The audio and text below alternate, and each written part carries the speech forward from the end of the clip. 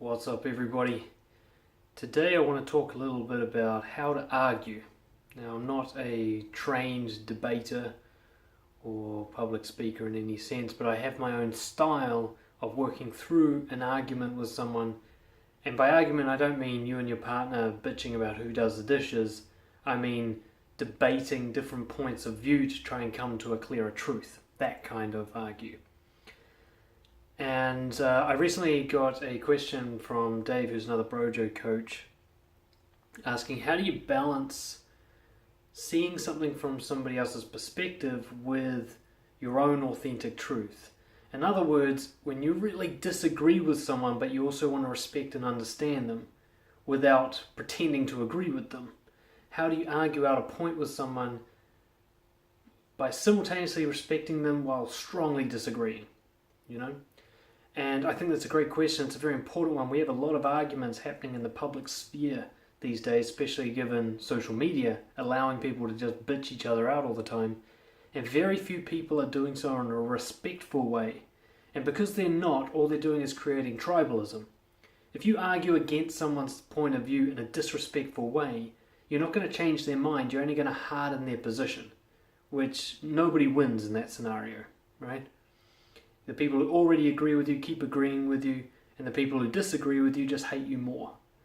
So I want to give you a step-by-step process. I think I came up with 7 steps to have an argument in a respectful way that doesn't compromise your own integrity. Step number 1, slow down. When you start to feel that urge to dismiss, correct, fix somebody's point of view, just really hit the slow down button mentally. In your urgency, when you start to rush, that's when disrespect will start to creep through. That's when your anger and aggressiveness will actually undermine the rationality of your argument. It's okay to be passionate about something, but try to be passionate about the truth, which will emerge from the two of you talking this out. It won't emerge from you dominating somebody. Because the simple fact is, you might be wrong. Okay, even when you're really sure you're right, you have to understand they're really sure that they're right as well. One of you's wrong, and yet you both feel equally certain.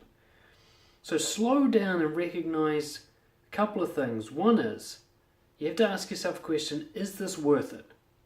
The debate that you're about to head into, the energy you're about to put into finding the truth with someone, is this worthwhile? Is this a debate with someone that's worth debating with? Is this a person who has a point of view that, if nothing else, it's worth challenging them for your own development? Or is this someone where having an argument with them is pointless? Where you're never going to see them again, you totally disagree with their point of view so much that it's not even worth talking about. So for example, if I'm just in an Uber driver's car and I'm going for a 7-minute journey and he says something I just totally disagree with, I'm not going to bother. But if I'm at a party and there's 6 people watching and that same guy says the same thing, then I might bother, because this could be a worthwhile group experience for us all. And if somebody comes to me with a ridiculous theory that I'm not actually that interested in, so for example, if someone comes to me with the theory that the earth is flat, I don't care about changing their mind, and I'm so convinced through many pieces of research and debate already that the earth is flat, that this one's no longer an argument worth of having. So slow down, notice that urge you have to correct someone, decide whether or not this is worth a debate, and then continue, but still continue slowly. Point number 2, elicit their full story. Replace your need to get your case out and try to get their whole case out. Before you argue against a single point that they make, try to get the full case from them, the full argument. Because somebody might say something that just hits you and it's a bit off and you get stuck on it, but actually when you hear their full story, you realize they just misspoke and the rest of their shit makes sense and you actually agree with it. But quite often somebody will dive on a point or an example that someone has made that doesn't even accurately represent their whole case. And then the conflict just gets out of hand and nothing relevant gets spoken about. And this is also about you practicing respect. Before you challenge someone else, you're going to let them lay it all out for you. You're going to give them the best possible chance to convince you before you challenge them. This is where you really challenge yourself to be like, okay, imagine I'm wrong and I just don't know it. Let's see if this person can help me see that I'm wrong. So you get them to make their full case, assume they have at least some good points to make, and try to draw out their explanations and justifications. Try to understand their point of view before you express your own. Try to fully let go of yours for just a moment so that you can hear theirs. Because trust me, even if they're wrong, allowing them to encouraging them to convince you will build you up for better position of arguing in the future, because in the future you'll be able to say, look, I know some people say this, this and this, and you'll be able to call it out before it even happens because you've heard it all before. This is what really great debaters do. They've already had this argument many times and they've listened, and because of that they can call out key points of argument before they're even brought up and just squash them. So be patient, let them get the full story, but that being said, if they start repeating themselves or going off topic, interrupt and keep them on track. You don't want this to be a one-way street, okay? But at the same time you want to get the full argument. So make sure they get every point out without repeating themselves or without scoping outside of the debate. Point number 3, acknowledge. Reflect everything you've heard back to them to confirm that you heard it right. So you're saying X, Y, and Z. Are those the kind of 3 main points you're making? And you kind of put it back to them like, when I listened to you, this is the conclusions I came to. Is that what you're trying to tell me? Have I missed anything important? Have I overlooked a nuance that you consider to be significant? So I summarize the main points, I give it back to them, and I get them to say, yes, that's what I'm saying. And it's from there that I'll make my argument. And only there. So I allow them to establish a firm platform that I understand before I even start my argument, because what they've said may change my mind. There may have been some points I was going to make that I now have to dismiss because they were actually right. That isn't relevant. But I still hold my overall hypothesis to be true. Now step number 4, again, this is really slowing it down. Ask permission to challenge them. This is such a relevant and purposeful step, and so important if you don't want this to turn into a pointless conflict. Especially if you're challenging someone's beliefs that they hold dear. Like if you're challenging, say, a religious person on their religious beliefs, it's going to be a very sensitive topic for them. They're going to be much more open to hearing what you have to say if you ask if it's okay to challenge them, and you respect and know. Now, if you've done what I've talked about here, you've slowed down, given them full respect to their side of the story, and basically said, look, are you willing to hear my side, which is different to yours? Are you willing to let me challenge you on this? It will help them bring the walls down, and they might actually listen to you. In which case, both of you now have a chance of reciprocal respect, which means even if at the end of this you don't agree, you'll have heard the other side, and that's such a wonderful piece of information to hear how other people see the world, to enhance your own. So you may disagree with their entire position or just points of argument, and make sure you know the difference. So maybe like, actually I get what you're saying overall, but a couple of the justifications you made I have a problem with, and it's actually they're important to me, I want to sort those out with you.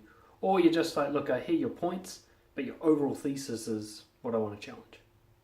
Or something in between, a mixture of both. At this point, choose which thing you're going to challenge, just one thing, one single point. Maybe they've got 3 main points to their argument. Choose the one that's most important for you to challenge. Don't try to overdo the whole argument all at once. Okay? Because you may be able to come back over time and revisit each point, but just choose one for now. And then challenge that one point. Say to them, look, the main thing I want to challenge is when you said this, which I understood to mean this, which you've confirmed. Now, the reason I disagree with it is because X, Y, and Z evidence, reasoning, rationale. And present that as concisely as possible. Don't blather on. Don't double hit the point and be superfluous. Just say, these are the reasons I disagree with it, and nothing in your argument has destroyed these reasons for me. They still exist. And then stop.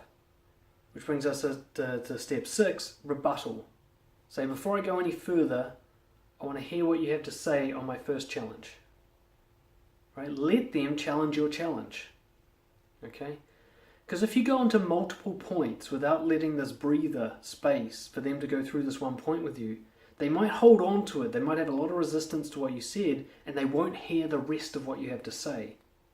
If you want them to hear your full argument, you're going to have to stop after each key point and allow them to make their rebuttal. Okay, allow them to challenge your challenge. Okay, work through the points one at a time. And do this until the debate is over. Now step number 7, the last step, which is actually more about the entire thing. Let go of convincing them. Just let it go. Your job is not to win this argument. As soon as you bring that into it, you're going to be much more biased, much more disrespectful, much more heated, and you're going to become like really gripped. You're going to have like confirmation bias. You're going to find it very hard to let go of your point of view if they're right. There's nothing better than someone proving you wrong for your own development, trust me. But you're not going to be able to do that if you're obsessed with winning. You've seen this in people arguing before. You'll see one person's clearly made much more rational, evidenced points. The other person won't let go of their position because they're obsessed with winning. And that person who won't let go loses because they keep their old, outdated belief despite receiving information that would enhance their life, a better truth. You can agree to disagree at the end of this debate because agreement is not actually the point. You're letting go of trying to change them so that this conversation can enhance you. Even if you don't change your position at the end of this, and they don't change theirs, you'll have learned how they see the world, which also represents how people who think like them see the world. For example, if you're an atheist arguing with a religious person, it's not about converting them to atheism. It's not about them converting you to their religion. It's about you understanding why they believe, which builds up the humanity between the two of you. You'll be able to respect them while disagreeing with them. You'll see them as a human. You'll understand why they came to this conclusion. And the next time you get into an argument with someone, you'll understand where they're coming from so much better that you'll actually be better at arguing your point. You'll be able to say, look, I know you're probably going to say this, this, and this. The last 10 people I spoke to made these 3 key points every time. So I'm going to knock those on the head right now. This one, I'm going to debunk with this. This one I'll debunk with that. This one I'll debunk with that. Now begin. Tell me your view that doesn't include those 3 points that I just debunked. And this is what you see great debaters do. Sam Harris is a great one for this. He'll say, look, before I even get started, watch out for these 3 things that my opponents are going to say. He calls them out before they even start. And it's like Eminem in 8 Mile rapping about his own issue so the other guy can't do anything. You can do that when you learn what the other side has to say and you respect what they have to say. They're also much more likely to come along with your point of view if they know that you respect them and you'll let them keep theirs if they want to. They'll realize this person isn't trying to change me. He's just trying to express what's true. Maybe I should listen. You know? So, that's my 7 key points for debating with respect without compromising your integrity. Go practice it today, see how it goes, and let me know in the comments your thoughts and extra pieces of advice you've got for somebody, especially if you're somebody who's good at arguing. And of course, subscribe to the YouTube channel for more videos like this, and I'll catch you next time.